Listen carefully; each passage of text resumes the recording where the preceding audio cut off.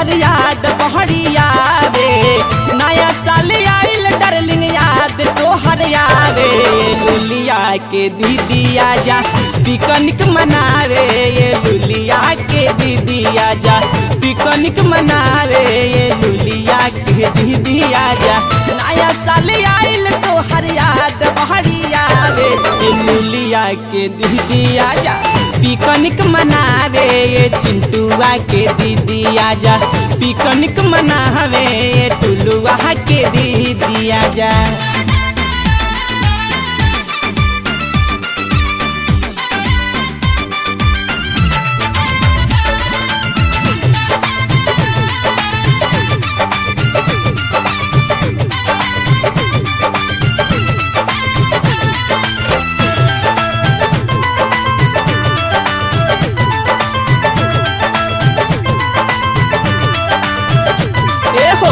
Whisky में हमनी मिलावल जाई बियार एक साथ कहल जाई हैप्पी न्यू ईयर।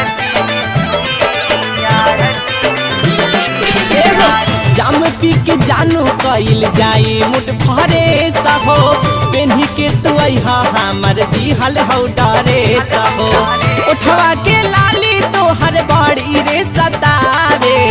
उठवा के लहली तोहर बड़ी रे सतावे ये लुलिया के दीदी आजा पिकनिक मनावे ये लुलिया के दीदी आजा पिकनिक मनावे ये टुलुआ के दीदी आजा।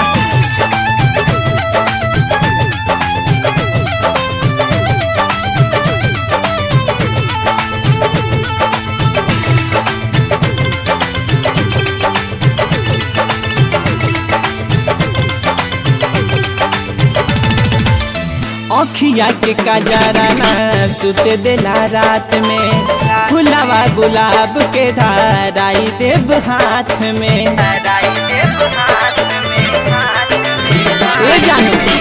अखिया के कजराना सुते देला रात में फुलावा गुलाब के धाराई हम हाथ में तोहरा बिना दिन हमर कटे नहीं पावे तोहरा बिना दिन हमर कटे नहीं पावे ये लुलिया के दीदी आजा पिकनिक मनावे ये टुलुआ के दीदी आजा पिकनिक मनावे तू चला अब की साथे।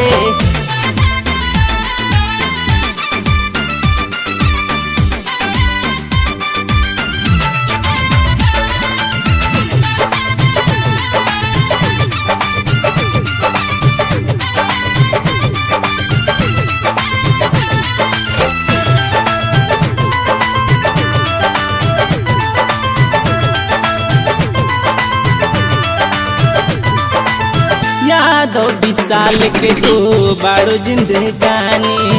तोहरे से शुरू भगल प्यार के कहानी यादव विशाल के तो बारो जिंदगानी तोहरे से शुरू भइल प्यार के कहानी सावन सादाम संगे आइब हम बोलावे